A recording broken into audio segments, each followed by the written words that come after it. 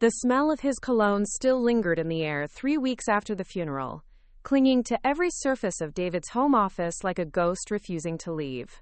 I stood in the doorway, cardboard boxes stacked beside me, steeling myself for what I knew would be the hardest part of settling my husband's affairs. 18 years of marriage, and I had never really spent time in this converted garage space that David had claimed as his sanctuary. Now surrounded by his financial charts, client files, and the awards from Pinnacle Financial Group that decorated every wall, I felt like an intruder in my own home.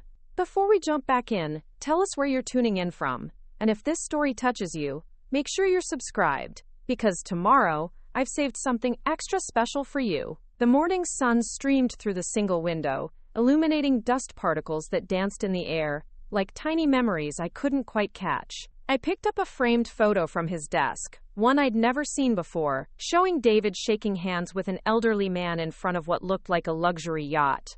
The inscription read, "To David for making dreams come true." I set it aside, wondering when my husband had started helping clients afford yachts when most of his work involved retirement planning for middle-class families. As I began sorting through his papers, I couldn't shake the feeling that something was wrong. The police had ruled David's death an accident, a tragic case of hydroplaning on a rain-slicked highway during one of his late-night drives home from client meetings. But the David the First knew was cautious, methodical, the kind of man who checked weather reports obsessively and would never drive in dangerous conditions. He was the man who made me call him every time I arrived safely anywhere, who insisted on new tires every 2 years whether we needed them or not.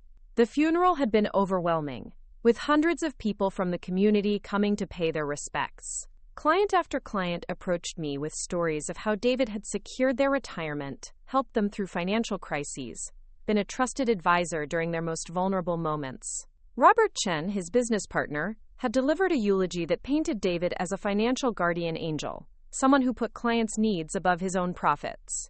The image everyone presented was of a man I thought I knew completely, yet sitting in his office now, I felt like I was meeting a stranger.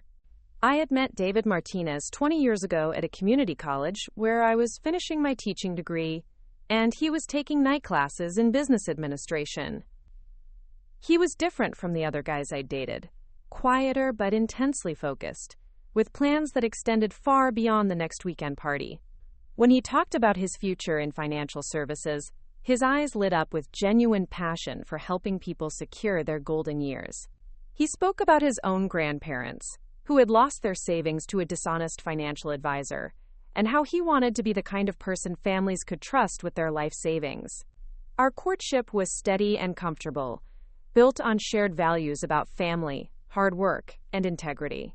David was the kind of man who opened car doors, remembered anniversaries, and never forgot to call when he was running late. When he proposed 2 years later, he did it at the same coffee shop where we'd had our first date, with a ring he'd saved for months to afford. The proposal wasn't elaborate or Instagram-worthy, but it was perfectly him, thoughtful and genuine. We married in a small ceremony at St. Mary's Catholic Church in Riverside, surrounded by our families and close friends. David's parents had immigrated from Mexico when he was a child, and his father worked construction, while his mother cleaned houses to put David through college. My own family was similarly modest, my father a mechanic, and my mother a school secretary. We understood the value of hard work and the importance of building something stable together. The early years of our marriage were lean but happy. David started at the bottom of a large financial firm, working long hours and studying for his certifications in the evenings while I taught 3rd grade at Riverside Elementary. We lived in a tiny 1-bedroom apartment, saving every penny for the down payment on our first house. David would spread his study materials across our kitchen table after dinner, and I'd grade papers beside him, both of us working toward our respective goals in comfortable silence. When Alex was born 16 years ago, David was determined to be the kind of father he'd always wanted. Despite his demanding work schedule, he never missed a school play, soccer game, or parent-teacher conference. He coached Alex's Little League team for 3 years, even though his own knowledge of baseball was questionable at best. When Emma came along 2 years later, he was equally devoted, reading her bedtime stories every night he was home and teaching her to ride a bike in our driveway with endless patience. 5 years ago, when David announced he was leaving his corporate job to start Pinnacle Financial Group with Robert Chen, I had mixed feelings.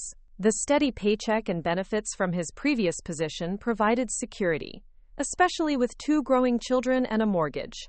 But David was passionate about the opportunity to build something of his own, to work more closely with clients, and provide the personalized service he felt was missing in larger firms.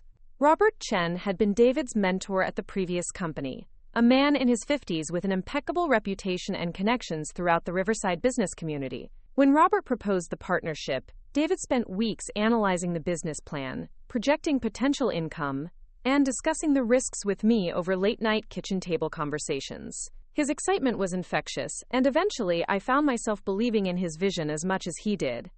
The transition to Pinnacle Financial Group had been smoother than expected. David's existing clients followed him to the new firm, and word-of-mouth referrals began generating steady business growth. Within 2 years, they had moved from a small rented office to a suite in one of Riverside's premier business complexes. David began attending networking events at the Golden Valley Country Club, building relationships with other professionals who could refer high-net-worth clients. As the business grew, so did our lifestyle. We renovated our kitchen, took family vacations to destinations we'd only dreamed about, and David surprised me with a new car for my 40th birthday. The kids never wanted for anything, participating in expensive extracurricular activities, and attending summer camps that cost more than our first apartment's monthly rent. When friends commented on our apparent success, David would simply say that hard work and treating clients right had paid off. But success came with a price I hadn't fully understood at the time. David's hours became longer and more unpredictable. Client meetings stretched into evening dinners, weekend golf games, and late-night phone calls to call. Preparing and narrating this story took us a lot of time, so if you are enjoying it, subscribe to our channel. It means a lot to us. Now back to the story. Calm, anxious retirees worried about market fluctuations. He traveled more frequently to financial conferences and training seminars, sometimes being gone for several days at a time. When I expressed concern about his stress levels or asked about specific clients, he would remind me that confidentiality was crucial in his business and that discussing details would be inappropriate. The David who came home each evening was still loving and attentive, but I began to notice subtle changes. He was more distracted during family dinners, checking his phone frequently and excusing himself for, quote, urgent client calls. He developed insomnia, often staying up late in his office, working on what he called, quote, complex portfolio adjustments. When I suggested he was pushing himself too hard, he would smile and remind me that building a successful business required sacrifice, and that it would all be worth it when he could eventually step back and enjoy the fruits of his labor. 6 months before his death, David had seemed particularly stressed about something he wouldn't discuss. He lost weight, developed a persistent cough he attributed to allergies, and began drinking more wine with dinner than usual. When I suggested he see a doctor, he promised he would as soon as he finished handling a complicated client situation that was demanding most of his attention. That situation apparently never resolved, because the doctor's appointment never happened. The night before David died, I woke around 2 a.m. to find his side of the bed empty. I padded through the house and found him in his office, surrounded by papers, and working intensely on his computer. When I asked if everything was okay, he looked up with an expression I'd never seen before, something between fear and exhaustion. He assured me he was just finishing up some urgent work and would be to bed soon. I kissed his forehead, noting how warm he felt, and returned to our bedroom. It was the last time I saw him alive. The phone call came at 7 the next morning from the California Highway Patrol. David's car had been found wrapped around a tree on a winding section of highway about 30 miles from our home, in an area where he had no apparent reason to be traveling. The officer explained that heavy rain the previous night had made road conditions treacherous, and that David had likely lost control while taking a curve too quickly. There were no other vehicles involved, no evidence of mechanical failure, no indication of anything other than a tragic accident.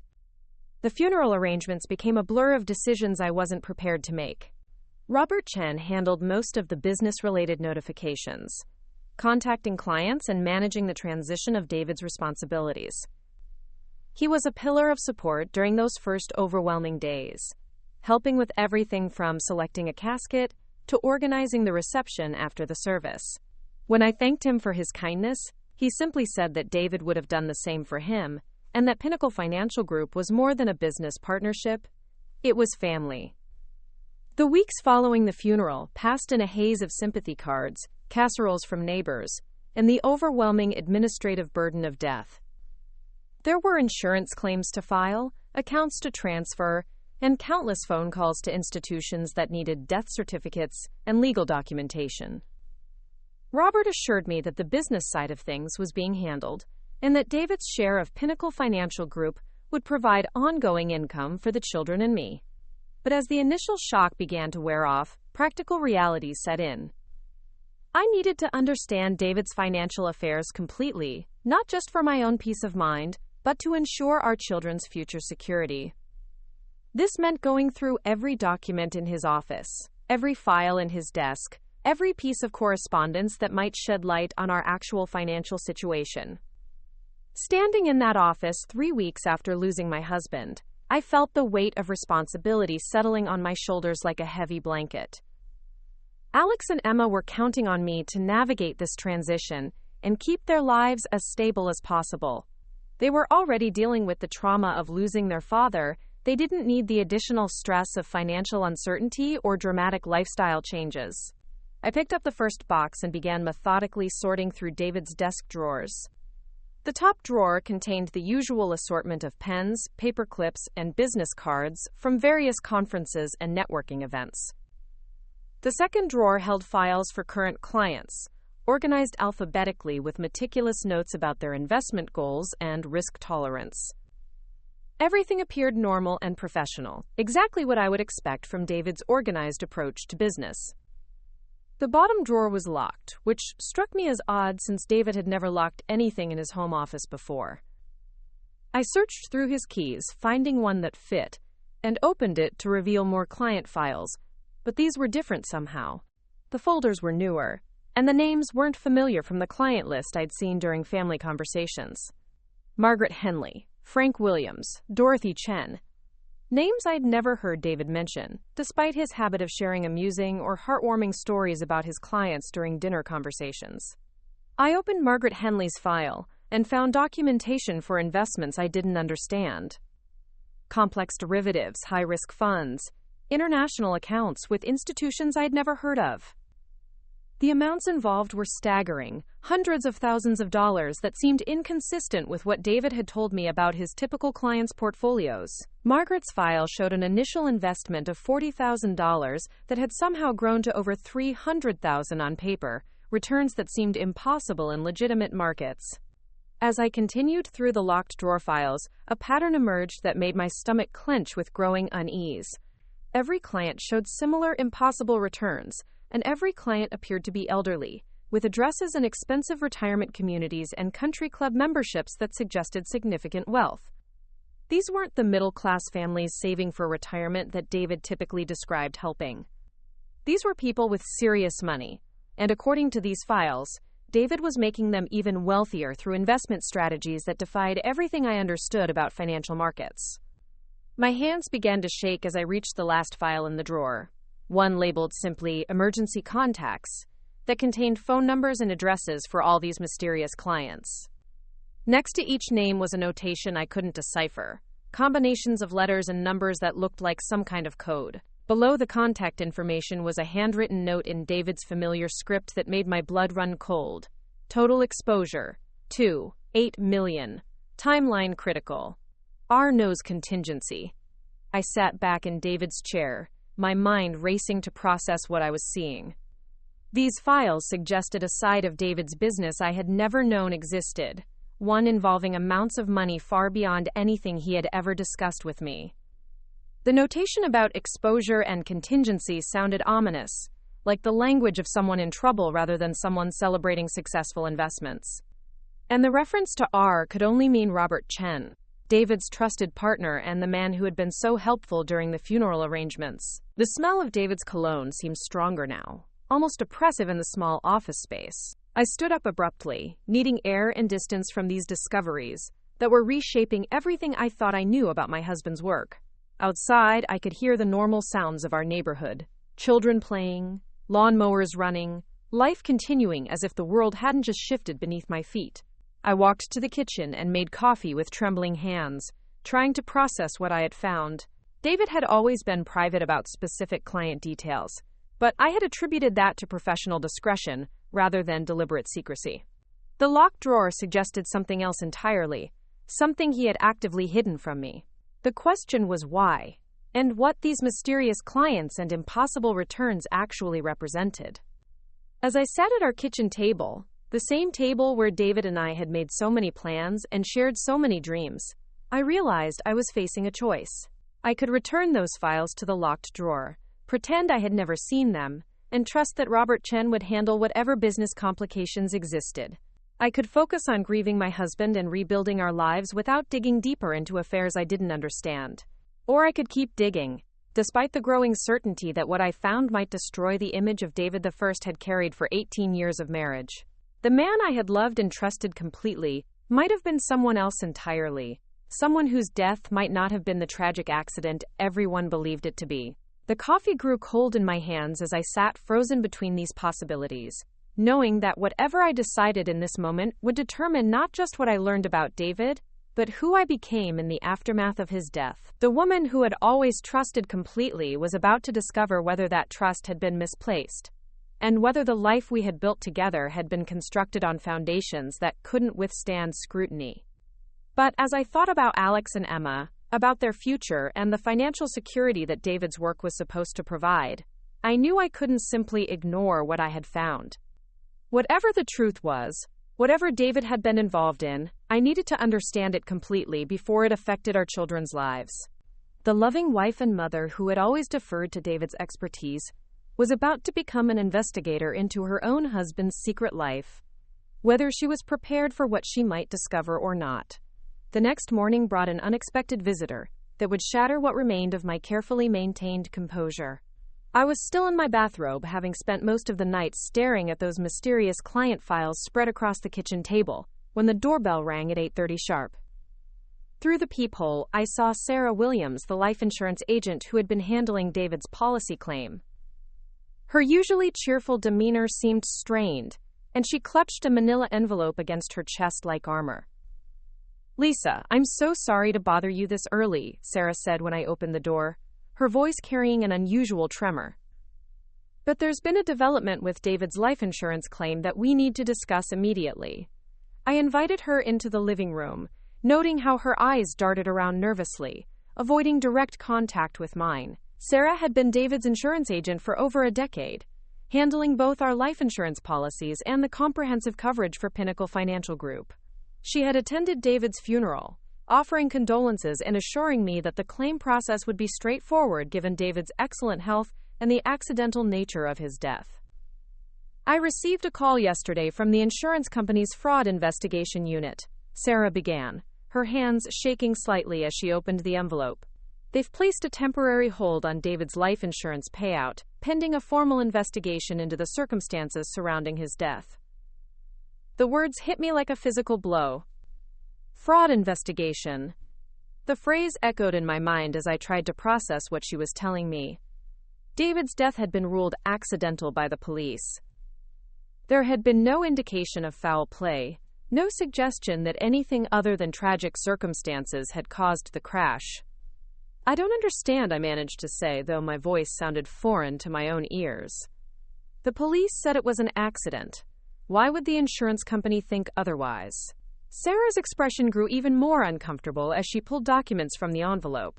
"Lisa, there are some things about David's recent activities that have raised red flags. The investigation isn't necessarily about how he died, but about what he might have been involved in before his death." She spread several papers across my coffee table, documents I had never seen before, despite handling most of our family's financial paperwork. Bank statements showing large deposits and withdrawals that didn't match David's reported income from Pinnacle Financial Group.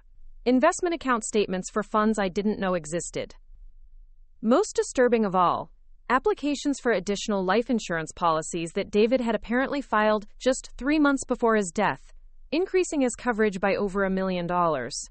These came to light during the standard verification process, Sarah explained, her professional training warring with obvious personal discomfort. The insurance company routinely checks for any unusual financial activity or policy changes in the months preceding a claim. What they found suggests David might have been involved in activities that could void his coverage entirely. I stared at the documents, recognizing David's signature on forms I had never seen, authorizing investments and policy changes he had never mentioned to me. The bank statements showed a pattern of cash deposits that occurred every few weeks, amounts ranging from $15,000 to $30,000. When I asked David about unusual income, he had always explained it as bonuses from particularly successful client accounts or profit distributions from the growing business. Sarah, what exactly are they suggesting? I asked, though part of me dreaded the answer. She hesitated before responding, clearly weighing her words carefully. The Fraud Investigation Unit believes David might have been operating what they're calling a sophisticated investment scheme. The cash deposits correspond with payments from elderly clients who appear to have been investing far beyond their actual means. If these allegations prove true, the insurance policies could be considered invalid due to material misrepresentation. The room seemed to tilt around me as the implications sank in. Not only was I learning that my husband might have been involved in financial fraud, but the life insurance money I was counting on to secure our children's future might disappear entirely. The comfortable financial cushion that Robert Chen had assured me would provide stability was potentially built on criminal activity. There's more, Sarah continued reluctantly. The insurance company has been contacted by several elderly individuals who claim David convinced them to make him the beneficiary of their own life insurance policies as part of their investment strategy. They're alleging that he promised guaranteed returns that would far exceed any insurance payouts, but that they never received any investment income as promised. This revelation struck me with stunning force. The idea that David had convinced vulnerable elderly people to name him as a beneficiary while stealing their money painted a picture of calculated predatory behavior that seemed impossible to reconcile with the man I had loved. The David the first knew was gentle with elderly people, patient with their questions, protective of their limited resources. Yet, as I studied the documents Sarah had brought, the evidence seemed undeniable. Names I recognized from the mysterious files in David's locked drawer appeared on beneficiary forms and investment agreements. Margaret Henley, whose file showed impossible returns, had apparently made David the primary beneficiary of her $200,000 life insurance policy. Frank Williams had signed over power of attorney to David for investment purposes and listed him as beneficiary on multiple policies. I need to ask you directly, Lisa, Sarah said, her voice gentle but firm. Did you know about any of these arrangements? Were you aware that David was handling investments for these specific clients, or that he had convinced them to name him as their beneficiary? The question felt like an accusation, though I understood Sarah was simply doing her job. The implication was clear. Either I had been complicit in whatever David was doing, or I had been completely oblivious to my husband's criminal activities. Both possibilities were devastating in their own way. I knew nothing about any of this, I said, surprised by the steadiness of my own voice. David always said he couldn't discuss specific client details because of confidentiality requirements. I trusted him completely. Sarah's expression softened with what appeared to be genuine sympathy. Lisa, I've known you and David for years. I don't believe you were involved in whatever was happening. But the insurance company investigation is going to be thorough, and they'll want to interview you extensively. I strongly recommend you get legal representation before that happens. After Sarah left, I sat alone in my living room, surrounded by documents that painted my husband as a calculating predator who had spent years systematically stealing from vulnerable elderly people. The David described in these papers had manipulated people in their 70s and 80s, convincing them to hand over their life savings and even make him the beneficiary of their life insurance policies. This wasn't a momentary lapse in judgment or a business deal gone wrong. This was premeditated exploitation of the most vulnerable members of our community. The phone rang constantly throughout the day, but I let every call go to voicemail. I couldn't face talking to friends or family members who would want updates on how I was coping with David's death. How could I explain that I was now questioning everything about the man I had mourned? That the grief I had been processing was complicated by the growing possibility that David had been a criminal. By evening, I had listened to 14 voicemails, most from well-meaning friends and relatives checking on my emotional state. But 3 messages stood out as different and deeply disturbing. The first was from Margaret Henley, the elderly woman whose file I had found in David's locked drawer. Mrs. Martinez, this is Margaret Henley. I hope you remember me from the Christmas party at David's office last year. I'm so sorry for your loss, dear, but I need to speak with you urgently about my investments with David. I haven't received my monthly distribution in 6 weeks, and I'm quite worried. Please call me as soon as possible. The second message was from Frank Williams, another name from the locked files. Lisa, this is Frank Williams. I know this is a difficult time for you, but I need to understand what's happening with my account at Pinnacle Financial Group. David promised me I would receive 20% annual returns, but I haven't seen any income from my investments since February. My wife is in a nursing home, and I'm counting on that money for her care. The third message was the most heartbreaking of all, from an elderly woman named Dorothy Chen, whose voice shook with confusion and fear. Dear, I'm Dorothy Chen, and I'm so sorry to bother you during your grieving time, but I'm very confused about my investments with your husband. He told me my $100,000 would grow to support me through retirement, but I haven't heard from him in weeks before his accident. Now, Robert Chen says he doesn't know anything about my account.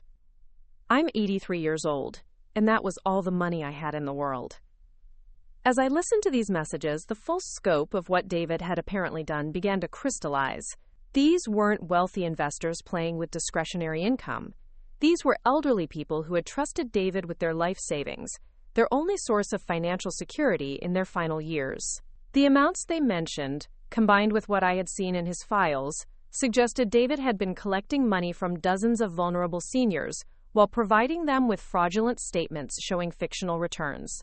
The worst part was realizing that I had been an unwitting prop in his scheme.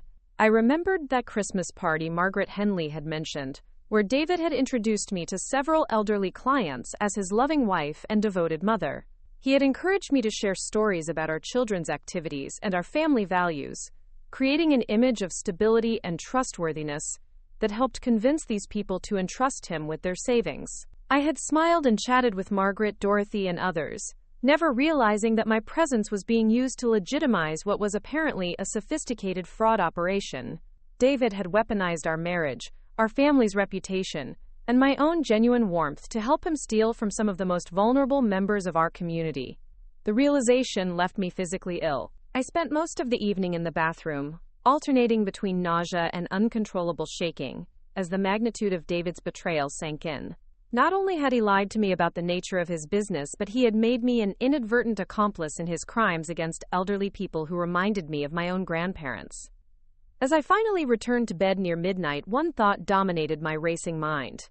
If David had been running a fraud operation sophisticated enough to fool dozens of intelligent elderly people and generate millions in stolen funds, his death in that car accident might not have been as random as everyone believed.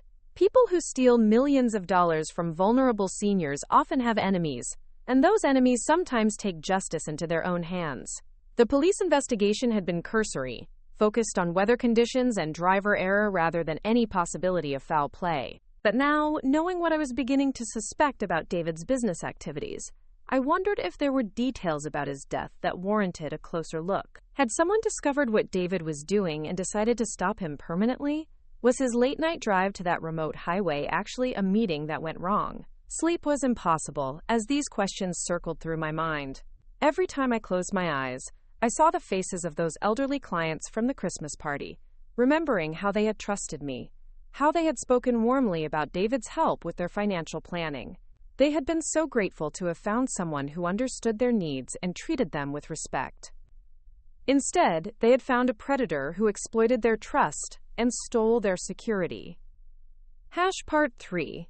The immediate aftermath and emotional processing. The morning after Sarah's devastating visit brought a new crisis that forced me to confront the immediate practical consequences of David's apparent crimes. I woke to find Alex and Emma in the kitchen, both holding official-looking letters that had arrived in the early mail delivery. Their confused and frightened expressions told me that whatever was in those envelopes would further complicate our already chaotic situation. "Mom, what does this mean?" Alex asked, holding up a letter with the logo of Riverside High School's administration office. "They're saying there might be problems with my college fund, and they need to meet with you about my scholarship applications." Emma, my 14-year-old who usually faced everything with remarkable resilience, looked close to tears as she showed me her letter from the prestigious summer arts program she had been accepted to attend in July. "They want to discuss payment arrangements and are asking if there have been any changes to our family's financial circumstances. Mom, am I not going to be able to go?"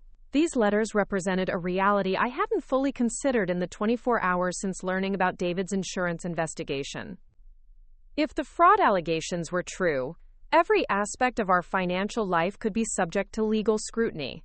The college funds David had established, the investments he had made for the children's futures, even our home ownership might be questioned if they had been funded with stolen money. I gathered both children at our kitchen table, the same table where I had discovered those mysterious client files just 2 days earlier. Looking at their worried faces, I realized I could no longer protect them from the growing crisis surrounding David's death. They deserved to understand why their previously secure world was suddenly filled with uncertainty and official inquiries. "There are some questions being raised about Daddy's business," I began carefully, trying to find words that would explain the situation without completely destroying their memories of their father. "Some people are suggesting that he might have made mistakes in how he handled client investments, and until those questions are resolved, there might be complications with our finances." Alex, who had inherited David's analytical mind, immediately grasped the implications. "Are you saying Dad might have been stealing money? Is that why the insurance company won't pay, and why the school is asking about college funds?" The directness of his question forced me to confront how much I should reveal to my children about their father's apparent crimes. Part of me wanted to protect them from the harsh truth, to preserve their love and respect for David even if it meant they wouldn't fully understand our situation. But another part of me realized that protecting them from reality wouldn't help them cope with the consequences we were all going to face. "I don't know everything yet," I said honestly, "but there are documents suggesting that Daddy was involved in business practices that weren't legal. I'm still trying to understand what happened and what it means for our family." Emma's response surprised me with its maturity. "Mom, whatever Dad did, we'll figure this out together. You don't have to handle everything alone." Her words brought tears to my eyes, not just because of their sweetness, but because they reminded me of how David used to speak during our early struggles. The same determination, the same confidence that problems could be solved through family unity and hard work.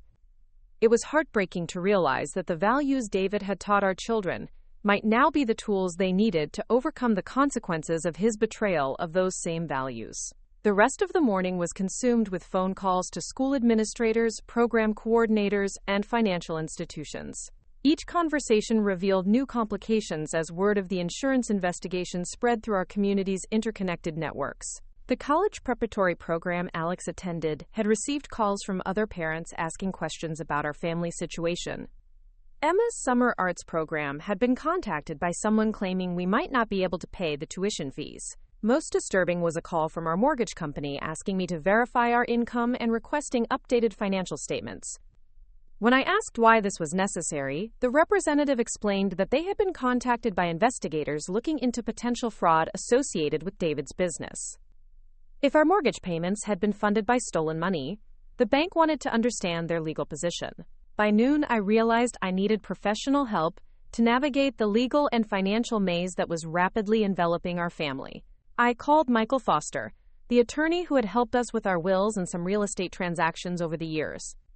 When I explained the situation, his response was immediate and alarming. "Lisa, you need to stop talking to anyone about David's business until we can assess your legal exposure," Michael said firmly. "If federal investigators are looking into fraud allegations, anything you say could potentially be used against you later. Don't sign any documents, don't provide any statements, and don't let anyone search your home or David's office without a warrant."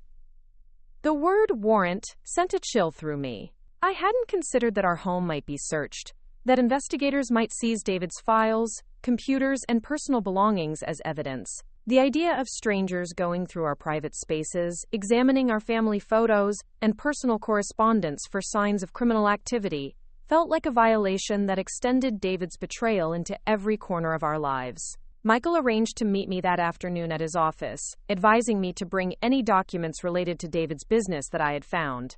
As I gathered the files from the locked drawer, along with the insurance paperwork Sarah had left, I realized I was crossing a line that couldn't be uncrossed. By turning these materials over to an attorney, I was officially acknowledging that my husband might have been a criminal, and that my family needed legal protection from the consequences of his actions. The drive to Michael's office took me through downtown Riverside, past the professional building where Pinnacle Financial Group maintained its offices. I had driven by this building countless times over the past 5 years, always feeling proud when I saw David's company name listed on the directory in the lobby. Now, looking at the building, I wondered how many elderly people had climbed those stairs, believing they were securing their financial futures, only to be systematically robbed by the man I had loved and trusted completely. Michael's law office was located in an older building that specialized in family law and estate planning, far removed from the high-stakes corporate environment where David had operated.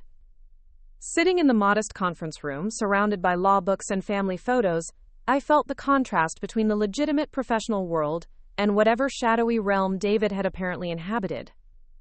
"Lisa, what you've brought me suggests a sophisticated Ponzi scheme that might have been operating for several years," Michael said after reviewing the documents. "The pattern of fictitious returns, the targeting of elderly investors, the use of new investor money to pay existing clients, these are classic elements of investment fraud." He explained that Ponzi schemes typically collapse when the operator can no longer recruit enough new investors to maintain the illusion of returns for existing clients. If David was under pressure from clients demanding withdrawals he couldn't fulfill, that might explain his stress in the weeks before his death. It might also explain why he was driving on that remote highway late at night. The suggestion that David's death might have been suicide rather than accident hit me like a physical blow.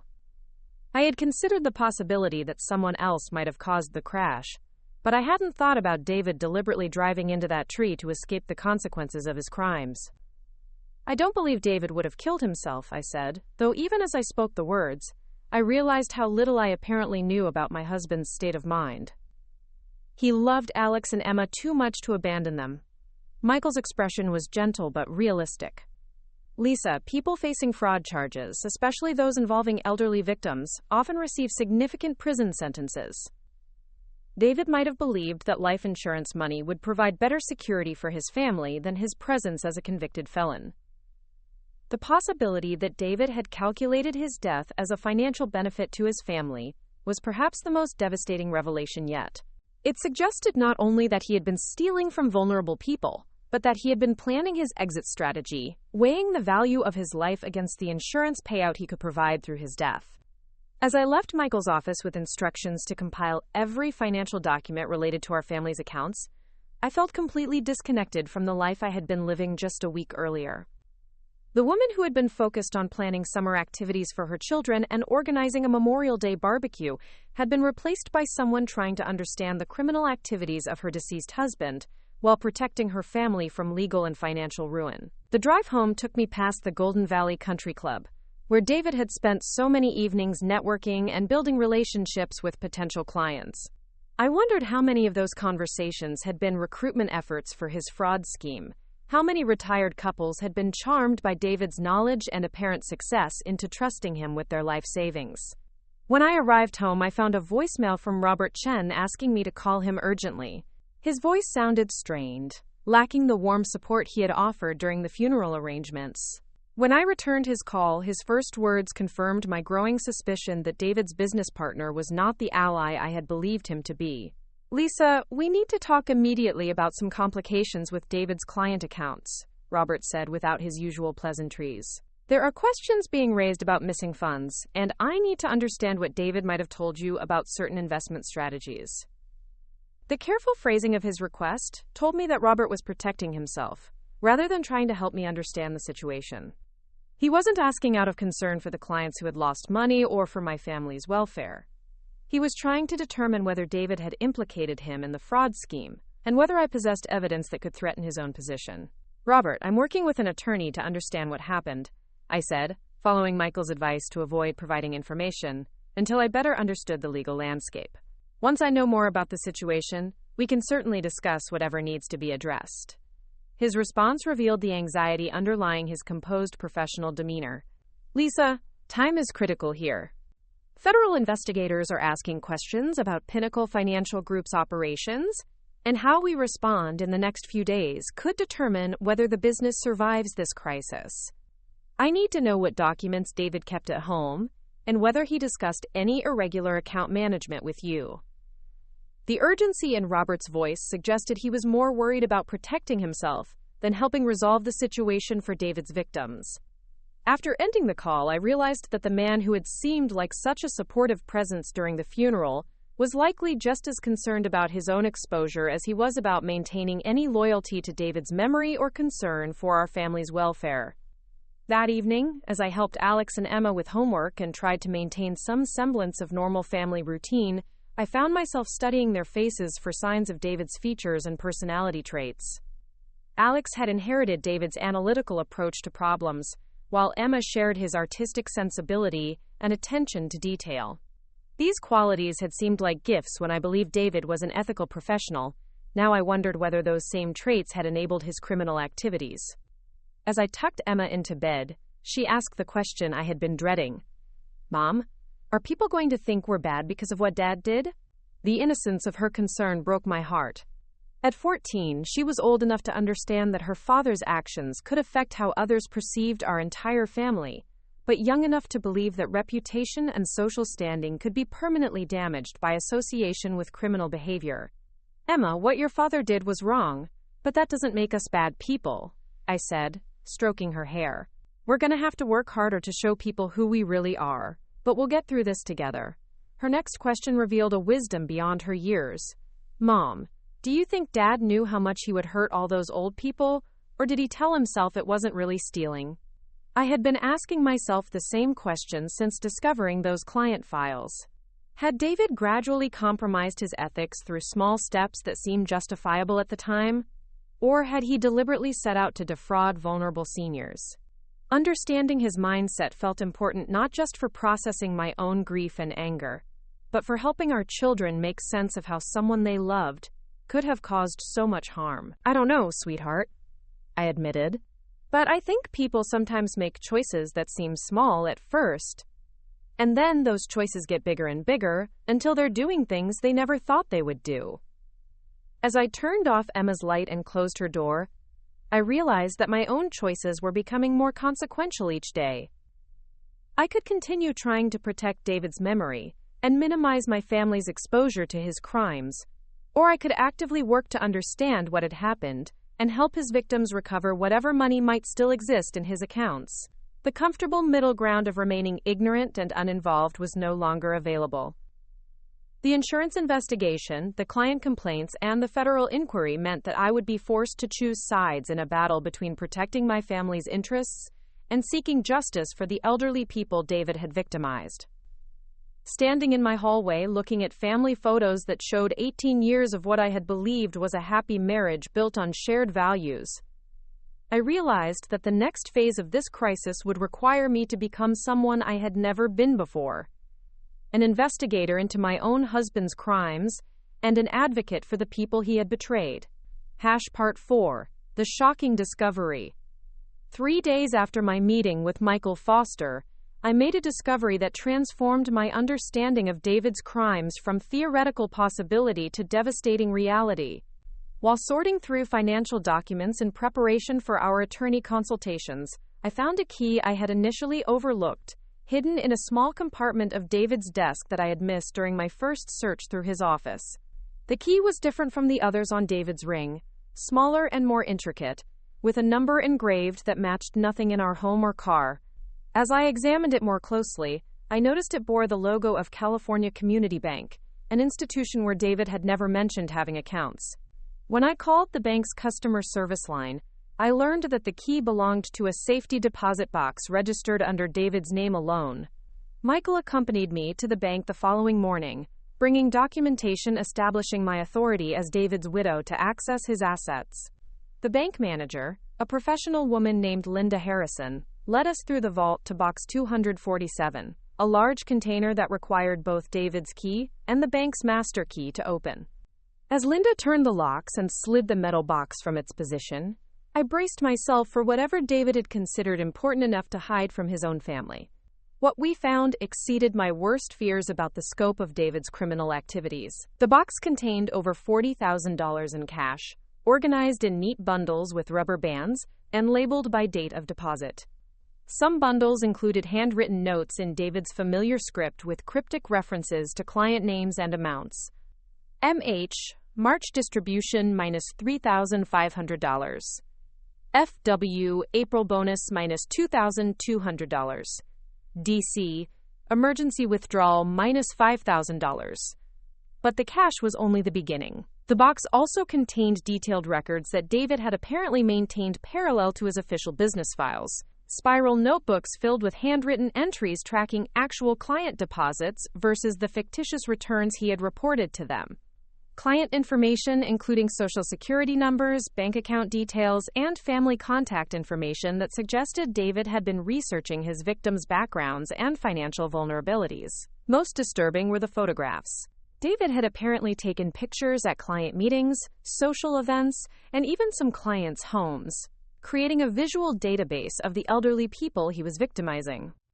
I recognized several faces from the Christmas party, including Margaret Henley, Frank Williams, and Dorothy Chen, but there were dozens of others I had never seen before. The photos showed David smiling alongside people who trusted him, shaking hands, reviewing documents, and celebrating what they believed were successful investments. This suggests premeditation and sophisticated planning, Michael observed as we examined the notebooks. David wasn't just taking advantage of opportunities. He was systematically researching and targeting specific individuals based on their wealth, family situations, and vulnerability factors. One notebook contained what appeared to be psychological profiles of his victims. For Margaret Henley, David had noted recently widowed, isolated, desperate for income, trusts authority figures. For Frank Williams, he had written, quote, wife in expensive nursing home, under financial pressure, limited investment knowledge, susceptible to promises of high returns. The clinical coldness of these assessments was perhaps more disturbing than the actual theft. David hadn't just been stealing money. He had been studying the psychological vulnerabilities of elderly people and crafting personalized approaches to exploit their specific fears and needs. The man I had believed was compassionate and empathetic had apparently been a calculating predator who weaponized his victims' emotional states to facilitate their financial exploitation. At the bottom of the box, wrapped in a plastic bag, we found a second cell phone that I had never seen before. When Michael powered it on, we discovered hundreds of text messages between David and someone identified in his contacts simply as, quote, Will. The messages revealed a level of planning and coordination that suggested Robert Chen had been far more involved in the fraud scheme than his behavior after David's death had indicated. Client meeting tonight. MH ready for next level investment. Will need $50K transferred by Friday. David, got it. Make sure she understands this is time-sensitive opportunity. Use the charity angle we discussed. Quite, RFW. Becoming suspicious about quarterly reports. May need to accelerate his timeline. David. Agreed. Let's set up the emergency withdrawal story. His wife's medical crisis should provide cover. Quote, R. These messages painted a picture of systematic manipulation and coordination between David and Robert that extended over several months. They had apparently developed specific strategies for different clients, predetermined excuses for requesting additional funds, and contingency plans for managing clients who began asking too many questions. One exchange from just 2 weeks before David's death was particularly chilling. DC called again asking about her principal. Running out of stall tactics. David, this is getting dangerous. How much total exposure are we talking about? Dave Restar. Just over $8 million across all accounts. We need to accelerate the exit strategy. David. Agreed. Your life insurance increase cleared underwriting. Once that's in place, we implement the final phase. Reading these messages, I felt my knees weaken as the full implication hit me. David and Robert hadn't just been running a Ponzi scheme.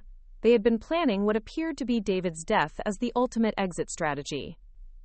The life insurance increase that had triggered the fraud investigation wasn't a coincidence or David's independent decision. It was part of a coordinated plan that involved Robert Chen as a knowing participant. Michael, are they suggesting that David's death was planned? I asked, though speaking the words aloud made the possibility seem even more horrible. Michael was studying the messages with the focused intensity of someone used to analyzing evidence. It certainly appears that way.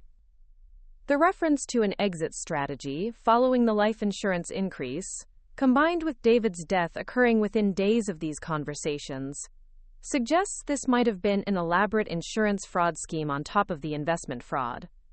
The idea that David had deliberately driven into that tree, leaving Alex, Emma, and me to believe his death was a tragic accident while he and Robert profited from our grief, was almost too monstrous to process.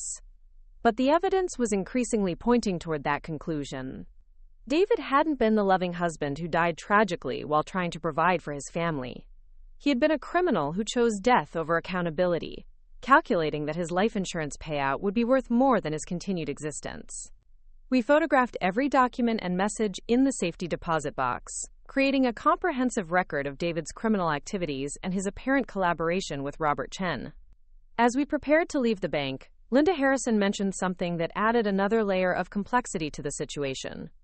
Mr. Martinez visited this box quite frequently in the months before his death, she said, checking her computer records. But interestingly, he came in the day before the accident and spent almost an hour in the vault.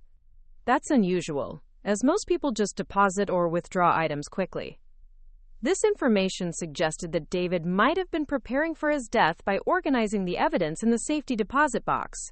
Perhaps he had wanted the truth to be discovered eventually, or maybe he had been creating a record that would implicate Robert Chen if anything went wrong with their plan. That afternoon, Michael and I met with Detective Amanda Brooks, the officer who had initially investigated David's accident. When we presented the evidence from the safety deposit box, her professional demeanor shifted to one of intense interest and concern. This changes everything about how we need to view Mr. Martinez's death, Detective Brooks said, after reviewing the photographs and messages. If he and his business partner were planning an insurance fraud scheme, the accident might have been a suicide designed to trigger the payout while allowing Mr. Chen to escape prosecution. She explained that David's death had effectively ended any investigation into Pinnacle Financial Group's operations, since the surviving partner could claim ignorance of any irregular activities and attribute everything to David's unauthorized actions. With David dead, Robert could present himself as another victim of his partner's fraud, while quietly liquidating assets and disappearing before federal investigators could build a comprehensive case. We'll need to reopen the death investigation and coordinate with federal agencies looking into the investment fraud, Detective Brooks continued. Mr. Chen is likely planning to disappear soon, so time is critical if we want to prevent him from fleeing with whatever money remains from the scheme. As we left the police station, I realized that my role in this unfolding crisis was becoming more active and consequential than I had anticipated. I wasn't just a widow trying to understand her husband's hidden activities. I was potentially a key witness in a federal fraud investigation and a murder case disguised as an accident. The drive home took me past several locations that now held different meanings in light of what I had discovered. The Golden Valley Country Club, where David had recruited victims, seemed like a hunting ground where predators stalked vulnerable prey. The office building housing Pinnacle Financial Group looked less like a legitimate business and more like the headquarters of a criminal enterprise. Most disturbing was driving past Sunrise Manor, the assisted living facility where several of David's victims resided. I had driven by this building countless times without thinking about the elderly people inside, but now I knew that some of them were probably lying awake at night worrying about their stolen savings and wondering how they would afford their continued care. When I arrived home, Alex and Emma were waiting with questions about the day's developments. They had heard enough of my phone conversations with Michael and Detective Brooks to understand that their father's crimes were more serious than I had initially indicated. "Mom, was Dad really planning to kill himself?" Emma asked directly, her maturity once again surprising me. The question forced me to confront how much I should share with my children about their father's apparent suicide plan. Protecting them from the full truth might preserve their mental health in the short term, but they deserve to understand the reality of our situation, especially if Robert Chen was preparing to disappear with money that rightfully belonged to David's victims. "The evidence suggests that your father might have made that choice, yes," I said carefully. "But we don't know his full reasoning, and it's possible he believed he was protecting us somehow." Alex's response revealed the anger that I had been struggling to process myself. How is stealing from old people and then killing himself supposed to protect us? Now we have to live with what he did, and those people still don't have their money back. His words captured the essential cruelty of David's actions. Even if David had convinced himself that his death would provide financial security for his family, he had left us to face the consequences of his crimes while doing nothing to help his victims recover their stolen savings. We were inheriting not just the life insurance money but the moral burden of his betrayal and the social stigma of being associated with his fraud. That evening, as I prepared dinner and tried to maintain some semblance of normal family life, I found myself looking at our home with new eyes. The kitchen renovation that David had surprised me with 2 years earlier might have been funded with Margaret Henley's retirement savings. The vacation to Hawaii that we had taken last Christmas might have been paid for with money stolen from Frank Williams while his wife was struggling with dementia in an expensive nursing home. Every improvement to our lifestyle over the past few years was now tainted by the possibility that it had been purchased with money stolen from vulnerable, elderly people who trusted David to protect their financial security. The comfortable middle-class life I had been grateful for was potentially built on a foundation of systematic elder abuse and financial exploitation. As I tucked the children into bed, Emma asked one final question that haunted me long into the night. "Mom, if Dad was planning this all along, does that mean he never really loved us the way we thought he did?" I had no answer that would provide comfort without denying the evidence we had discovered. David's actions suggested a level of premeditation and selfishness that seemed incompatible with genuine love for his family. The call came at 6:15 in the morning, jolting me from the restless sleep that had become my new normal since discovering David's safety deposit box. Detective Brooks's voice carried an urgency that immediately set my nerves on edge, though her words initially seemed like good news. "Lisa, we've arrested Robert Chen at LAX attempting to board a flight to the Cayman Islands with 3 false passports and over $400,000 in cash," she said without preamble. "We need you to come to the station immediately. There are developments in this case that go far beyond what we initially suspected." As I dressed hurriedly and arranged for my sister Elena to stay with Alex and Emma, I tried to process the implications of Robert's attempted flight. The false passports suggested this wasn't a panicked escape, but a carefully planned disappearance that had probably been months in preparation. The amount of cash he was carrying represented only a fraction of the money David had apparently stolen, which meant either the rest had been hidden elsewhere, or Robert had already transferred substantial sums to offshore accounts.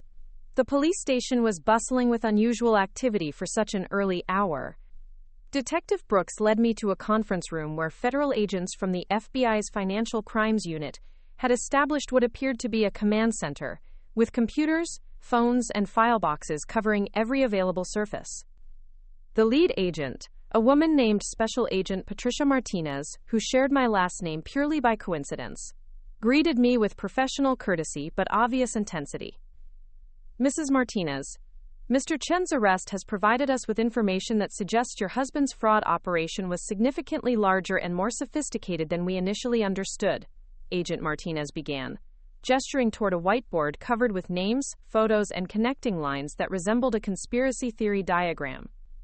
"We're now investigating what appears to be a multi-state elder fraud network that may have victimized hundreds of people over several years."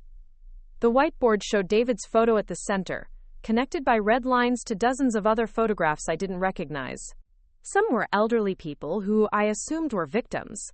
but others were younger professionals in business attire who appeared to be additional perpetrators. Robert Chen's photo occupied a prominent position, but it wasn't at the top of the hierarchy as I had expected. According to Mr. Chen's initial statements, your husband was recruited into an existing operation run by someone called the Architect, who remains unidentified, Agent Martinez continued. David wasn't the mastermind we thought he was. He was essentially a high-level employee in a criminal organization that specializes in financial elder abuse across multiple states. This revelation fundamentally altered my understanding of David's transformation from ethical financial advisor to criminal. Rather than gradually compromising his principles through incremental decisions, he had apparently been recruited into an established fraud network that provided training, resources, and ongoing support for victimizing elderly clients. The sophistication I had observed in his safety deposit box records wasn't David's innovation. It was the product of an experienced criminal organization. Agent Martinez showed me documents seized from Robert's luggage that detailed the network's operations. Different members specialized in various aspects of the fraud scheme: client recruitment, false documentation creation, money laundering, and victim psychology manipulation. David's role had been what they called relationship management, using his natural charm and professional credentials to maintain long-term control over victims while extracting maximum value from their assets. The network appears to have been operating for at least 8 years, with your husband joining approximately 5 years ago, Agent Martinez explained. His recruitment coincided with Pinnacle Financial Group's founding, which we now believe was specifically created as a front operation for the fraud network, rather than a legitimate business partnership between your husband and Mr. Chen. The timeline aligned with David's career change that I had celebrated as his entrepreneurial breakthrough. What I had believed was David's decision to leave corporate employment and start his own firm had actually been his entry into organized criminal activity. Robert Chen hadn't been David's mentor and business partner. He had been his handler in a criminal organization, assigned to manage David's activities and ensure his compliance with the network's protocols. Mrs. Martinez, we need your help understanding the full extent of your husband's involvement and identifying any assets that might be recoverable for victims, Agent Martinez said, her tone becoming more personal. Mr. Chen has indicated that your husband was planning to leave the organization, which may have led to his death being arranged by other network members rather than being suicide as we initially suspected. This possibility that David had been murdered by his criminal associates rather than committing suicide added another layer of complexity to my grieving process. If David had been trying to escape the fraud network, his death might have been punishment for attempting to abandon his criminal associates rather than an insurance fraud scheme designed to benefit Robert and himself. Detective Brooks joined our conversation with additional information from Robert's interrogation. Chen claims that David had been skimming money from the network's operations, keeping larger portions of victim payments than his agreement allowed. He says David was planning to disappear with his family, using funds he had stolen from the organization itself. The idea that David had been stealing from other criminals while stealing from elderly victims created a bizarre moral hierarchy that I struggled to process. Had David been planning to use money stolen from the fraud network to create a new life for our family? Was his increased stress in the weeks before his death the result of knowing that dangerous people were discovering his double betrayal? Agent Martinez showed me bank records that revealed the true scope of David's financial activities. In addition to the accounts I knew about and the safety deposit box we had discovered, David had maintained numerous other accounts under various names and business entities. The total amount flowing through these accounts over the past 5 years exceeded $7 million, far more than the $2.8 million Robert had referenced in their text messages. We believe your husband was systematically skimming from the network while also building his own client base, Agent Martinez explained. The elderly victims whose files you found in his office were probably his personal targets rather than assignments from the organization. He was essentially running 2 fraud operations simultaneously. This information painted David as an even more calculating criminal than I had previously understood. Not only had he been exploiting vulnerable elderly people as part of an organized network, but he had been building his own independent fraud operation while stealing from his criminal associates. The stress and paranoia I had observed in his final weeks wasn't just fear of being caught by authorities. It was fear of retribution from dangerous people who had discovered his betrayal. Agent Martinez presented me with a list of over 60 elderly victims whose money had apparently been stolen by David's dual operations. The names included not just the local Riverside residents I had discovered, but people from across California and 3 other states. Ages ranged from 68 to 94, with total losses exceeding $4 million that David had personally handled. Mrs. Martinez, I need to ask you directly, did your husband ever discuss relocating your family perhaps to another country? Did he mention needing to travel for extended periods? Or suggest that you might need to homeschool your children temporarily? The question triggered memories I had dismissed as irrelevant at the time. 3 months before his death, David had casually mentioned researching international schools, and had asked my opinion about living abroad for a few years. When I expressed surprise at the suggestion, he had explained it as a potential business expansion opportunity that might provide interesting experiences for Alex and Emma. I had assumed it was idle speculation, the kind of dreaming successful people sometimes indulge in about alternative lifestyles. He did mention international opportunities, I admitted, but I thought he was just fantasizing about business expansion. Agent Martinez exchanged a meaningful look with Detective Brooks. We believe your husband was planning to disappear with your family once he had accumulated enough stolen funds. The timing of his death suggests he might have been discovered by the network before he could implement his escape plan. This possibility that David had been planning to relocate our family using money stolen from elderly victims forced me to confront an uncomfortable question about my own potential complicity. Had David been gradually preparing me for a dramatic lifestyle change that would have made me an unwitting accessory to his crimes? Would I have questioned a sudden move to another country if David had presented it as a business opportunity? The federal agent showed me evidence suggesting that David's death had indeed been arranged by the fraud network, rather than being accident or suicide. Traffic camera footage from the night he died showed his car being followed by another vehicle that maintained distance but matched David's route for over 20 miles. The pursuing car's license plate was registered to a rental company, and the person who rented it had used false identification. The accident scene showed evidence of a secondary impact that wasn't consistent with hitting the tree, Detective Brooks explained. We believe David's car was forced off the road by the vehicle that was following him. His death was meant to look accidental while eliminating someone who had become a liability to the organization. This revelation that David had been murdered transformed my understanding of his final weeks and our last conversations. The stress and fear I had observed weren't the behavior of someone planning suicide or contemplating abandoning his family. They were the reactions of someone who knew he was in mortal danger from people who had discovered his betrayal of their criminal organization. Our last conversation, when I found him working late in his office the night before his death, took on new meaning in this context. His fevered appearance and intense focus on his computer weren't the actions of someone preparing to kill himself. They were the desperate efforts of someone trying to complete preparations for his family's escape before his former associates could stop him permanently. Agent Martinez presented me with a choice that would determine not just my family's future, but my role in seeking justice for David's victims. The federal investigation could proceed without my active cooperation, but my knowledge of David's activities and access to his personal files could significantly enhance their ability to trace stolen funds and identify the network's leadership. Mrs. Martinez, we understand this is an incredibly difficult situation for you and your children, Agent Martinez said with genuine compassion. But your husband's victims deserve the opportunity to recover whatever assets remain. And other potential victims deserve protection from this criminal network. We can investigate without your help, but we can be much more effective with your cooperation. The weight of this request settled on me like a physical burden. Cooperating fully with the investigation would mean actively participating in the exposure of David's crimes, potentially testifying in court about his activities, and becoming a public face associated with one of the largest elder fraud cases in California history. But refusing to help would mean prioritizing my family's privacy over justice for the elderly people David had victimized. What would cooperation involve specifically?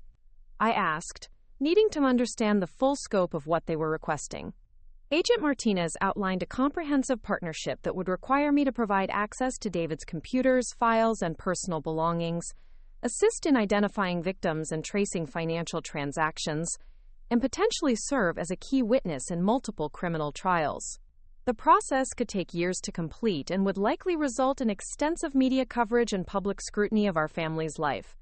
We can provide witness protection resources if you're concerned about retaliation from the network, she added. But I should be honest with you.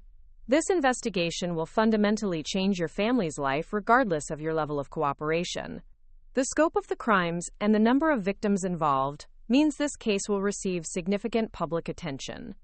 As I sat in that conference room, surrounded by evidence of my husband's betrayal and criminal activities, I realized that the comfortable anonymity our family had enjoyed was already over. Whether I cooperated with the investigation or not, we would forever be associated with David's crimes. The only question was whether I would take an active role in seeking justice for his victims or remain a passive figure while others determined the outcome. The faces on Agent Martinez's whiteboard represented elderly people whose trust had been exploited and whose financial security had been destroyed by the man I had loved and respected. Margaret Henley, Frank Williams, Dorothy Chen, and dozens of others were depending on this investigation to recover whatever remained of their stolen savings. Many were probably living in reduced circumstances, unable to afford proper medical care or comfortable housing because of David's theft. I'll cooperate fully, I said, surprising myself with the firmness of my decision. David's victims deserve justice, and if there's money that can be recovered for them, we need to find it. Agent Martinez smiled for the first time since our meeting began. Mrs. Martinez, I want you to know that this decision demonstrates tremendous courage and integrity. It won't be easy, but you're doing the right thing for the people your husband harmed. As we began planning the next steps of the investigation, including a comprehensive search of our home and David's office, I felt a strange sense of relief despite the magnitude of what lay ahead. For the first time since discovering David's crimes, I was taking action rather than simply reacting to circumstances beyond my control. I was choosing to stand with his victims rather than protecting his memory or our family's reputation. The investigation would undoubtedly bring challenges I couldn't yet imagine, but it would also provide answers to questions that had been haunting me since that first night in David's office. Most importantly, it offered the possibility of recovering stolen money for elderly people who were counting on those funds for their survival and dignity in their final years. When I called Michael Foster to inform him of my decision to cooperate with the federal investigation, his response was both supportive and cautionary. Lisa, you're making the right choice morally, but this path will be difficult for you and the children. Are you prepared for the media attention and public scrutiny that will come with being a key witness in a major fraud case? I wasn't prepared, but I was committed. David's crimes had created a moral obligation that extended beyond my family's immediate interests. The elderly victims whose money he had stolen deserved an advocate who understood the personal cost of his betrayal, and I was uniquely positioned to help them achieve some measure of justice and financial recovery. As I drove home to explain this decision to Alex and Emma, I realized that my role in this crisis had evolved from victim to participant in seeking accountability. The woman who had discovered her husband's crimes while cleaning his office was becoming someone who would actively work to undo the damage he had caused, regardless of the personal cost. The investigation ahead would be long, complex, and emotionally demanding, but it would also provide meaning and purpose to the devastation David's betrayal had brought to our lives. Instead of simply surviving the consequences of his actions, I would be working to ensure that his victims received whatever justice and restitution the legal system could provide. That evening, as I prepared to tell my children about my decision to cooperate with the federal investigation, I reflected on how dramatically my understanding of strength and courage had changed over the past weeks. The woman who had once derived security from trusting her husband completely was learning to find strength in standing for principles that transcended family loyalty, even when that choice required confronting painful truths about the person she had loved most.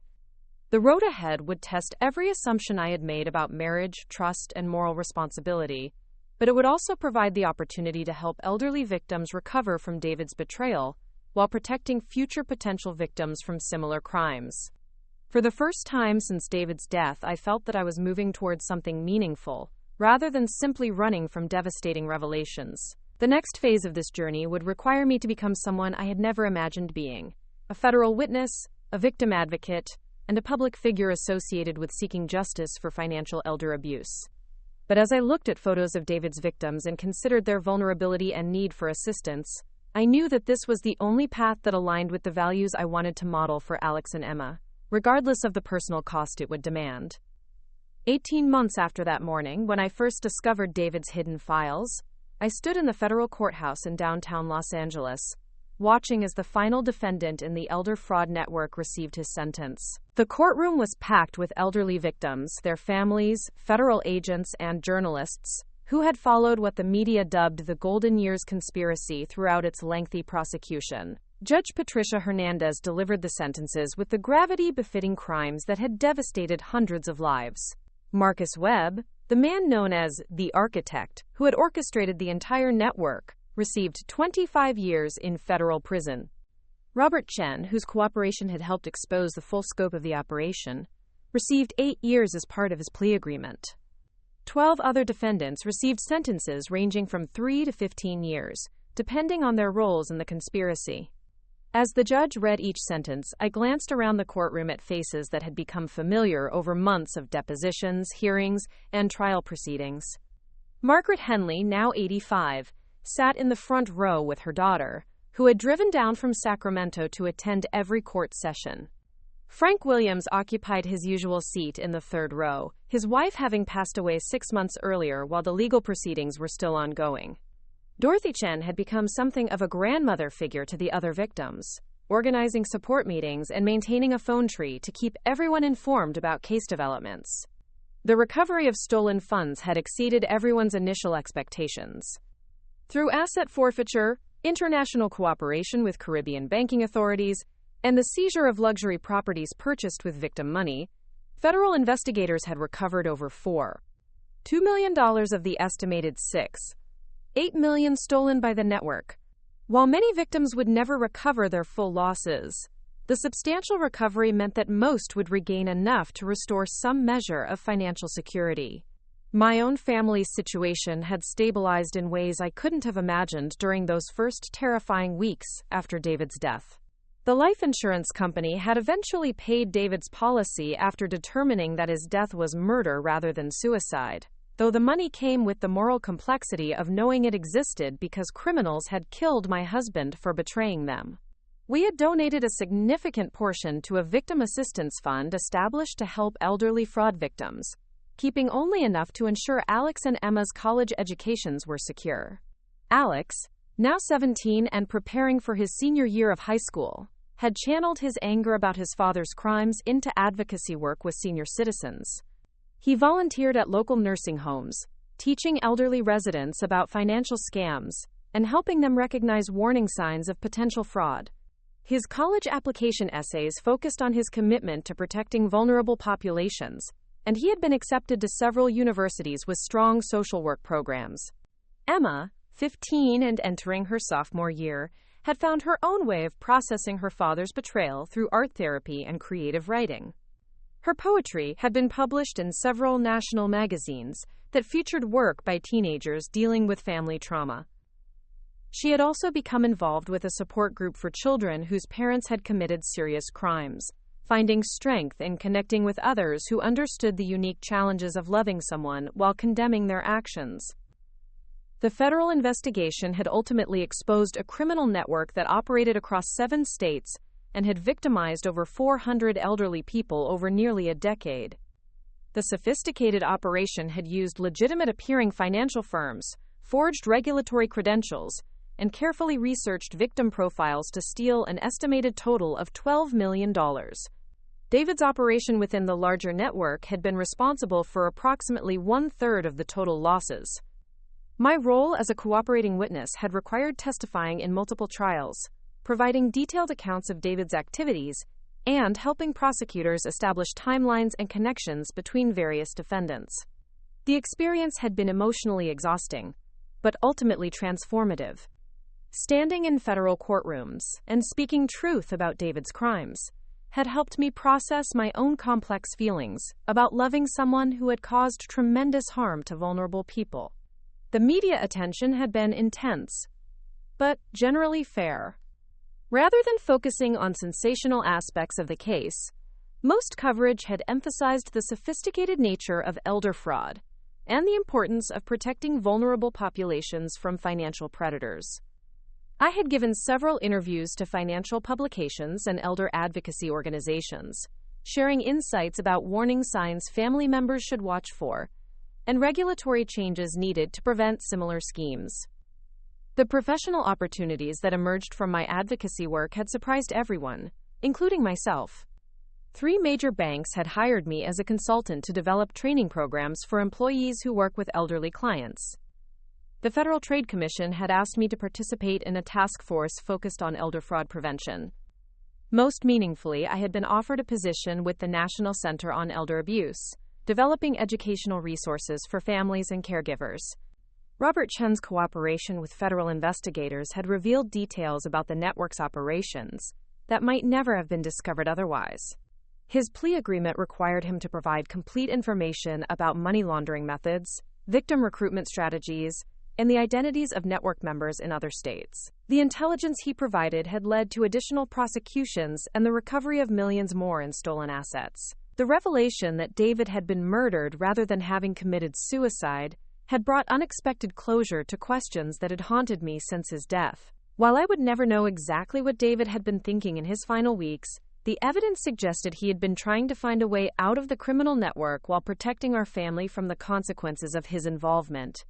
His increased stress and secretive behavior had been signs of someone trapped between dangerous associates and growing legal exposure, not someone planning to abandon his family. The discovery of David's second phone had provided the crucial evidence needed to establish the network's coordination and planning. Text messages and call records had revealed the sophisticated communication systems used by the conspirators, including coded language for discussing victims and stolen funds. Digital forensics experts had also recovered deleted files from David's computers that contained detailed victim profiles and financial transaction records. Margaret Henley had become an unexpected friend and inspiration throughout the legal proceedings. Despite losing over $80,000 to David's scheme, she had maintained remarkable grace and determination to see justice served. Her testimony during the trials had been particularly powerful, describing how David had gained her trust after her husband's death and gradually convinced her to invest increasing amounts of her retirement savings in his fraudulent investment programs. "I don't hate David," she had told me after one particularly difficult court session.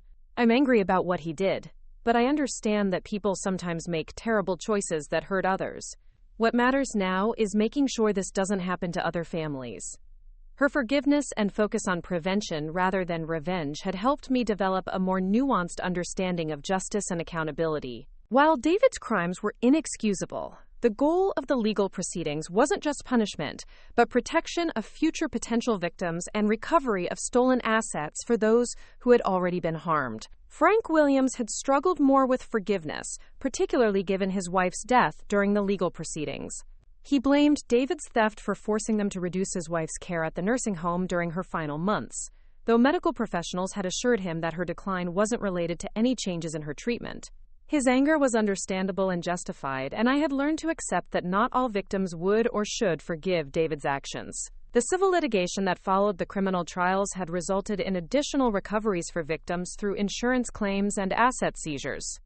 Several of the luxury items David had purchased with stolen money, including expensive jewelry and art pieces I had never seen, were sold at auction with proceeds distributed to victims.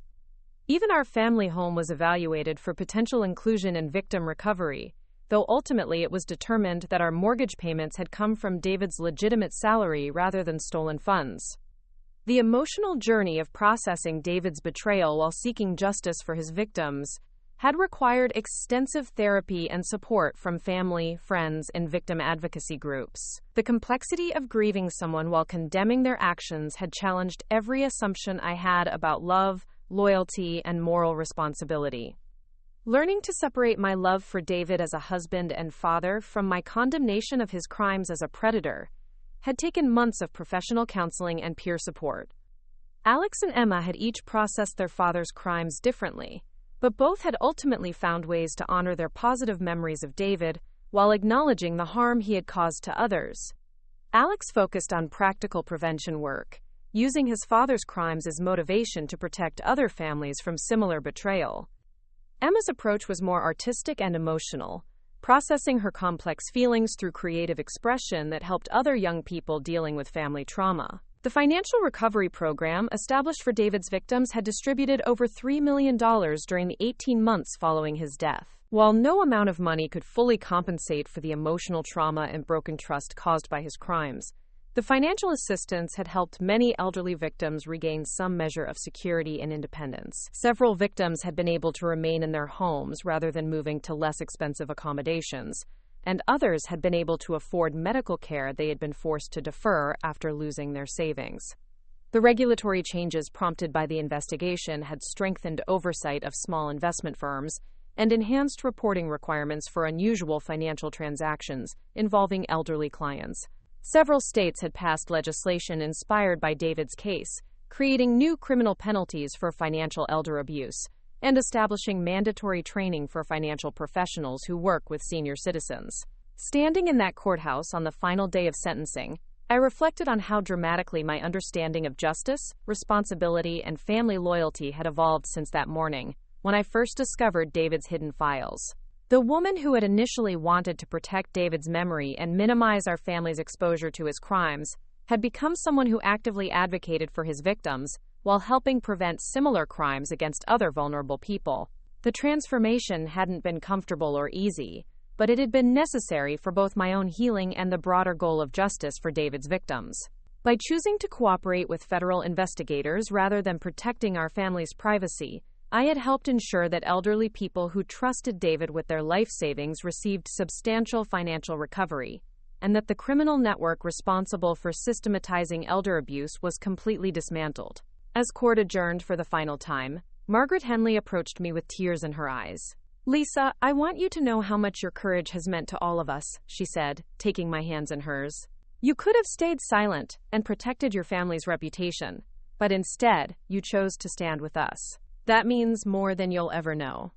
Her words encapsulated the choice I had made between competing loyalties and values. While protecting David's memory might have been easier for our family in the short term, standing with his victims had provided meaning and purpose to the devastation his crimes had brought to our lives. The decision to actively participate in seeking justice had transformed me from a passive victim of David's betrayal into an advocate for vulnerable people who needed someone to fight for their rights and dignity. The drive home from the courthouse took me through downtown Riverside, past the Golden Valley Country Club where David had recruited many of his victims, and the office building that had housed Pinnacle Financial Group. Both locations had been permanently changed by the investigation and trial coverage. The country club had implemented new policies about member solicitation and financial discussions on their premises. The office building had enhanced background check requirements for all tenants providing financial services. That evening, as our family gathered for dinner in our kitchen, the same room where I had first discovered David's crimes, Alex raised a toast that captured how far we had all traveled since that devastating night 18 months earlier. "To Mom for choosing what was right over what was easy," he said, lifting his glass of water. "And to everyone who helped make sure Dad's victims got justice." Emma added her own reflection. "And to learning that sometimes the people we love do terrible things, but that doesn't mean we have to choose between loving them and doing what's right." Their maturity and wisdom, developed through processing their father's betrayal while watching me advocate for his victims, gave me confidence that they would carry forward the values we had discovered together during this crisis, rather than the ones David had abandoned when he chose to exploit vulnerable elderly people. The final chapter of David's story wasn't the one I would have written when I believed he was an ethical financial advisor devoted to helping families secure their retirement. But it was a chapter that had meaning and purpose, demonstrating that even the most devastating betrayals can become opportunities to stand for justice and protect others from similar harm. As I looked at the photos of David's victims that I had kept throughout the investigation, faces that had become familiar and dear to me over months of court proceedings and recovery meetings, I felt a profound sense of completion. The comfortable illusions about my marriage and my husband's character had been permanently shattered, but they had been replaced by something more valuable: the knowledge that when faced with a choice between protecting comfortable lies and pursuing difficult truths, I had chosen truth. The woman who had cleaned her husband's office after his death and discovered his hidden crimes had become someone who helped ensure that justice was served for his victims, while building a new life based on integrity rather than ignorance.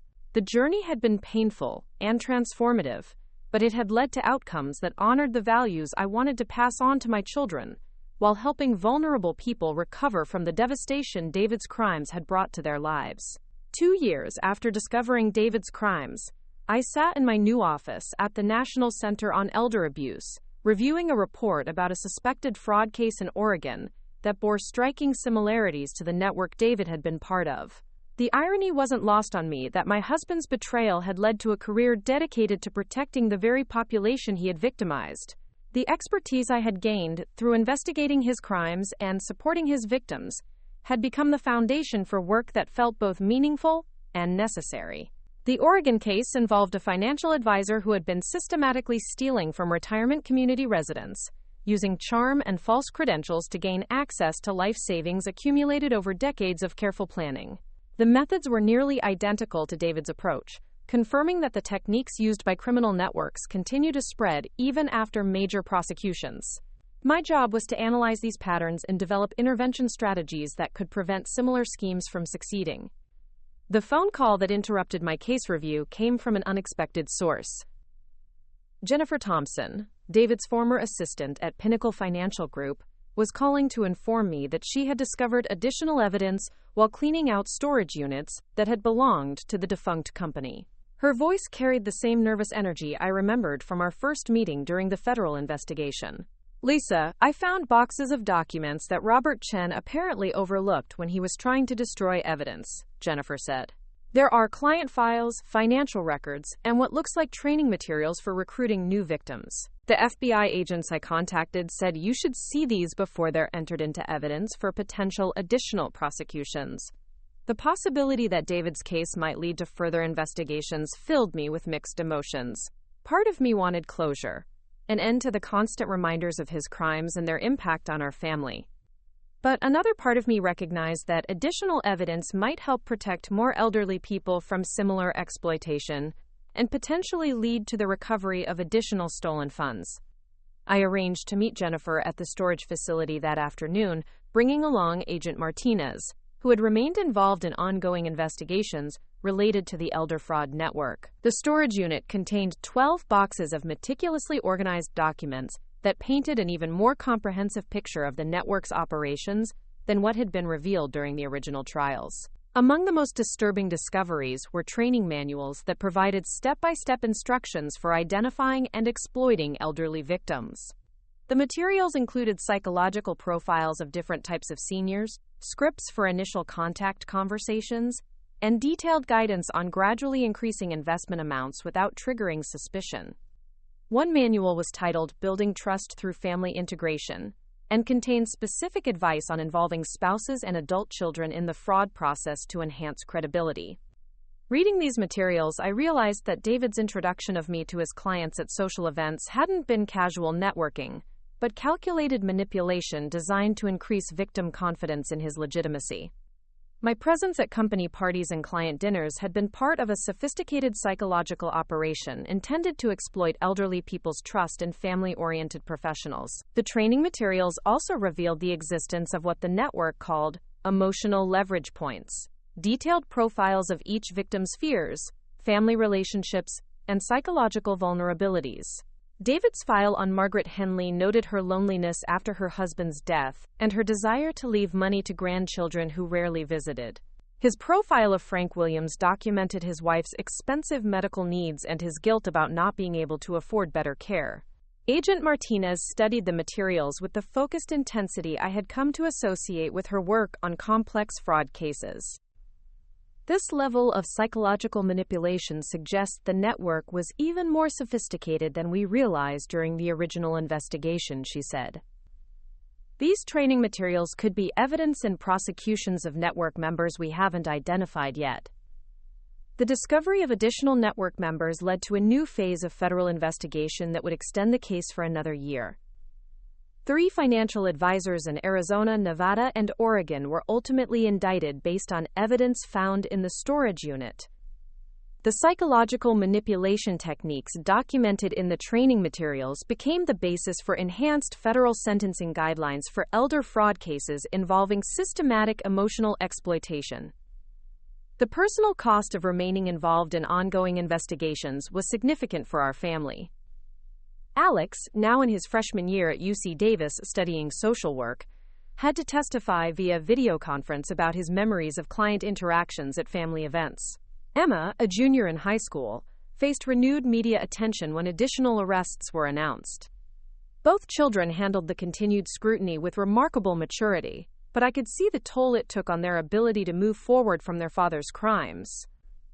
The financial recovery from the additional prosecutions added another $2 million to the Victim Compensation Fund, bringing total recoveries to over $4 million from the estimated $8 million stolen by the network. While complete restitution remained impossible, the substantial recovery meant that most victims regained enough financial security to maintain their independence and dignity. Margaret Henley had become not just a friend, but a mentor in understanding how to transform victimization into advocacy. At 87, she had established a foundation dedicated to educating seniors about financial fraud and providing support services for elderly crime victims. Her resilience and determination to prevent others from experiencing similar exploitation had inspired my own career transition and ongoing commitment to elder protection work. "The worst thing about being victimized isn't losing the money," she told me during one of our regular coffee meetings. "It's losing the ability to trust your own judgment." David made me question everything I thought I knew about reading people and making good decisions. Recovery isn't just about getting money back. It's about rebuilding confidence in your ability to navigate the world safely. Her insight helped me understand why my own recovery from David's betrayal had been so complex and lengthy. Beyond processing the financial and legal consequences of his crimes, I had needed to rebuild my capacity to trust people and trust my own judgment about their character. The man I had lived with for 18 years and believed I knew completely had been systematically exploiting vulnerable people while maintaining the facade of a loving husband and devoted father. The therapy sessions that had been essential during the first year after David's death had evolved into ongoing work focused on understanding how intelligent, caring people can be deceived by those closest to them. My therapist, Dr. Sarah Chin, helped me recognize that being victimized by someone you love doesn't reflect a failure of judgment, but rather the sophisticated nature of manipulation by people who understand how to exploit trust and affection. David's ability to compartmentalize his criminal activities from his family relationships doesn't minimize the authenticity of his love for you and the children, Dr. Chen explained during one session. People are capable of maintaining genuine, caring relationships while simultaneously engaging in harmful behavior toward others. The challenge is learning to hold both realities simultaneously without minimizing either the love you experienced or the harm he caused. This understanding had been crucial for helping Alex and Emma process their complex feelings about their father. They had been able to maintain positive memories of David's parenting while condemning his crimes against elderly victims. Both children had found ways to honor the values David had taught them while rejecting the choices he had made in his professional life. The speaking engagements that had become a regular part of my work took me to conferences, universities, and community organizations across the country. Sharing our family's story and the lessons learned from David's case had helped thousands of people recognize warning signs of elder fraud and develop prevention strategies for protecting vulnerable family members. One presentation that remained particularly meaningful was delivered at a conference of adult children caring for aging parents. The audience included people struggling with how much oversight to provide for elderly parents' financial decisions without undermining their independence and dignity. David's case illustrated how criminals specifically target the gap between family members who want to respect their parents' autonomy and parents who may be vulnerable to sophisticated manipulation. The goal isn't to take control of elderly family members' finances, I explained to the audience. It's to create systems of communication and oversight that preserve independence while providing protection from predators who are specifically trained to exploit the vulnerabilities that come with aging.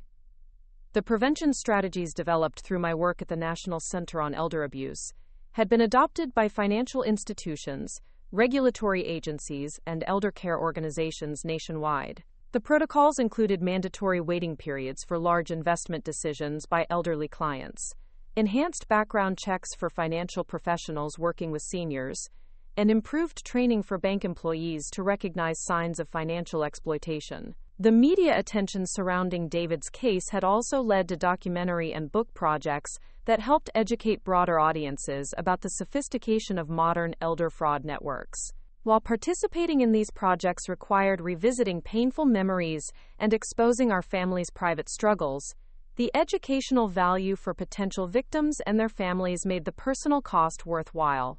The final legal proceeding related to David's case occurred 3 years after his death, when the last defendant identified through the storage unit evidence was sentenced. Standing in another federal courtroom, I watched as Thomas Morrison, a financial advisor from Phoenix who had used David's psychological manipulation techniques to steal from Native American seniors, received a 15-year sentence. The victim impact statements delivered during Morrison's sentencing hearing reminded me of the ongoing human cost of the network's crimes. Elderly victims spoke about being forced to live in poverty after trusting Morrison with their tribal land lease payments and Social Security benefits. Family members described watching their grandparents struggle with shame and self-blame for falling victim to sophisticated manipulation techniques. Morrison's prosecution had revealed additional details about the network's training methods that helped explain how David had been recruited and indoctrinated into criminal activity. The organization had specifically targeted financial professionals experiencing career stress or financial pressure, offering quick solutions to their problems through participation in what were initially presented as aggressive but legal investment strategies. The gradual escalation from ethical gray areas to clear criminal activity had been carefully managed to prevent participants from recognizing the full scope of what they were doing until they were too deeply involved to easily withdraw. David's initial participation had probably seemed like creative interpretation of investment regulations rather than outright fraud, with the criminal nature of the activity becoming apparent only after he was psychologically and financially committed to the network. This understanding of how good people can be gradually corrupted through incremental compromises had implications beyond financial fraud prevention. The techniques used by the Elder Fraud Network were similar to those employed by other criminal organizations, terrorist groups, and abusive relationships to gradually overcome victims' moral resistance and rational judgment. The book I had written about our family's experience, titled The Safe He Left Behind, A Family's Journey from Betrayal to Justice, had been published 6 months earlier to positive reviews and strong sales. The advance in royalties were donated to elder fraud victim assistance programs, continuing the pattern of using our family's painful experience to benefit others who had been harmed by similar crimes. Writing the book had required revisiting every aspect of David's betrayal and our family's recovery process, but it had also provided a sense of completion and purpose to our journey. Readers from around the world had contacted me to share their own stories of discovering criminal activity by trusted family members, creating a community of people united by the complex challenge of loving someone while condemning their harmful actions. The final chapter of our story was written not in courtrooms or congressional hearings, but in the quiet moments when our family had rebuilt trust, purpose, and hope from the devastation of David's crimes. Alex had found his calling in social work specifically focused on protecting vulnerable populations. Emma had channeled her creativity into advocacy through art and writing that gave voice to victims of various types of exploitation. As for me, the woman who had discovered her husband's crimes while cleaning his office had become someone whose life's work centered on preventing similar tragedies for other families, while helping victims recover from the financial and emotional damage caused by the people they trusted most. The transformation hadn't erased the pain of David's betrayal, or eliminated the complex emotions surrounding his memory, but it had created meaning and purpose from circumstances that could have destroyed our family's sense of hope and moral clarity. We had learned that justice isn't just about punishment, but about prevention, recovery, and the restoration of dignity for those who have been harmed by the people they trusted most. Standing in our kitchen 3 years after first discovering David's hidden files, looking at photos of his victims who had become friends and allies in our shared work of protecting vulnerable elderly people, I felt a profound sense of completion. The journey from devastation to advocacy had been longer and more difficult than I could have imagined, but it had led to outcomes that honored both our love for David and our commitment to the values he had abandoned. The safe he left behind had contained more than evidence of his crimes. It had contained the seeds of a new understanding about how to transform the worst betrayals into opportunities for service, justice, and protection of others who face similar vulnerabilities. That transformation had become our family's legacy, far more meaningful than any inheritance David could have left us. Up next, you've got 2 more standout stories right on your screen. If this one hit the mark, you won't want to pass these up. Just click and check them out.